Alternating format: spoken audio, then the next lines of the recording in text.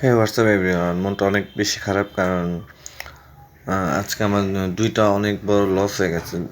দুইটা বড় লস বলতে ফার্স্টটা গতকালকে ছিল 16 ডিসেম্বর, এবং 16 ডিসেম্বরে আমি অনেকগুলো ভিডিও করছিলাম, বাট আনফর্চুনেটলি ভুলবশত কালকে সবগুলো ভিডিও ডিলিট হয়ে গেছে। সেই জন্য আজকে আর মানে স্পেশাল একটা ব্লগ ছিল 16 ডিসেম্বর বিজয় দিবসের সবগুলো ভিডিও ডিলিট হয়ে গেছে। এই একটা লস হইলো, আমার সারাদিনে খাটনি বেকার।